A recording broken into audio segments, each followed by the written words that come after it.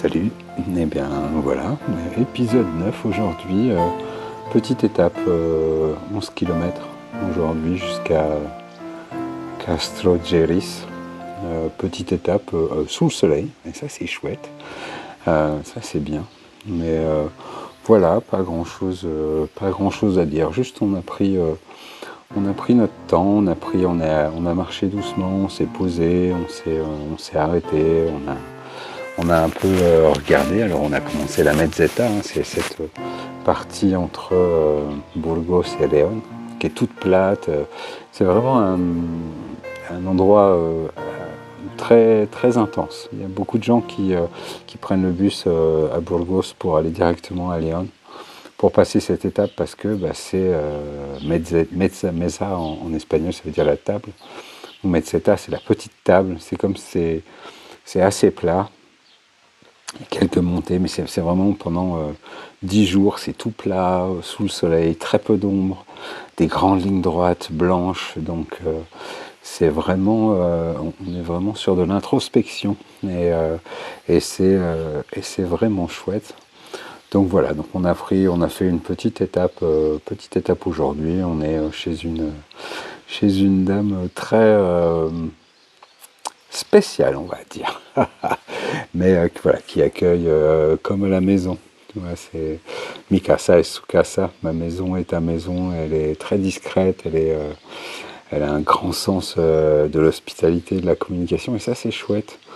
C'est un petit peu ça en fait, l'hospitalité, ce dont on parlait hier sur la carte du monde. La carte du monde, c'est vraiment poser ses perceptions et puis les adapter, considérer qu'elles sont propres à soi et qu'on peut les partager aussi, et qu'on peut essayer de comprendre la carte du monde de l'autre plutôt que de l'attraper, de la broyer. Hein. La plupart des gens font ça quand il y a un désaccord, d'opinion, un désaccord de point de vue. Hop, on prend la carte du monde de l'autre, on la broie, on la jette, on la piétine, on dit mais non, c'est pas ça, c'est ça. Moi je te dis, ouais, mais toi tu me dis rien en fait. Parce que ce que tu dis, c'est ta perception. Alors, il y a beaucoup de gens, quand l'ego parle, c'est l'égoland, hein, comme disait l'autre. On construit sa personnalité avec des petites briques, et après on la solidifie en se disant moi j'ai, oui, moi c'est, non, toi c'est rien du tout. Juste ouvre-toi, pose-toi, et c'est intéressant juste d'écouter l'autre. D'écouter l'autre, ça permet de ne pas écouter pour répondre, mais écouter, pour intégrer. Et juste parfois ne pas répondre, le silence est la meilleure chose, et la meilleure réponse parfois à ce que l'autre dit. Sauf s'il pose une question, qu'en penses-tu là, on peut dire, mais souvent on a tendance à écouter l'autre et puis à trouver une solution et puis à donner la solution comme nous on l'aurait dans notre carte du monde. Ouais. Mais juste tais-toi en fait. Juste quand tu te tais, quand tais-toi, tais-toi.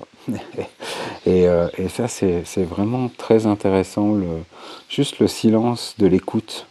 L'écoute active, c'est un principe très intéressant.